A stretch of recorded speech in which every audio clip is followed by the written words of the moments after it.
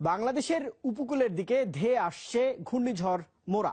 এরই মধ্যে category 1 super সাইক্লোনে রূপ নিয়েছে এটি।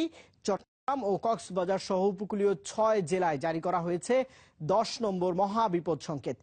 আবহাওয়া অফিস জানিয়েছে প্রতি মুহূর্তেই শক্তি সঞ্চয় করছে ঘূর্ণিঝড়টি। এটি এখন সাগরের উত্তর পূর্ব দিকে অগ্রসর হচ্ছে। আগামীকাল সকাল নাগাদ ঘূর্ণিঝড়টি চট্টগ্রাম ও কক্সবাজার উপকূলে আঘাত হানতে পারে বলে তারা জানিয়েছে। দেশের বিভিন্ন নৌ রুটেও জারি করা হয়েছে সতর্কবার্তা।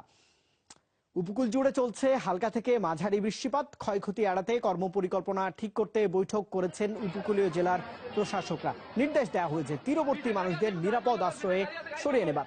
এরই মধ্যে কক্সবাজারের নিম্নাঞ্চল প্লাবিত হয়েছে বলে আমাদের হাতে খবর এসেছে। সাগরে অবস্থানরত নৌকা ও মাছ ধরার ট্রলারগুলোকে পরবর্তী নির্দেশ না দেওয়া পর্যন্ত নিরাপদ আশ্রয়ে থাকতে বলা হয়েছে।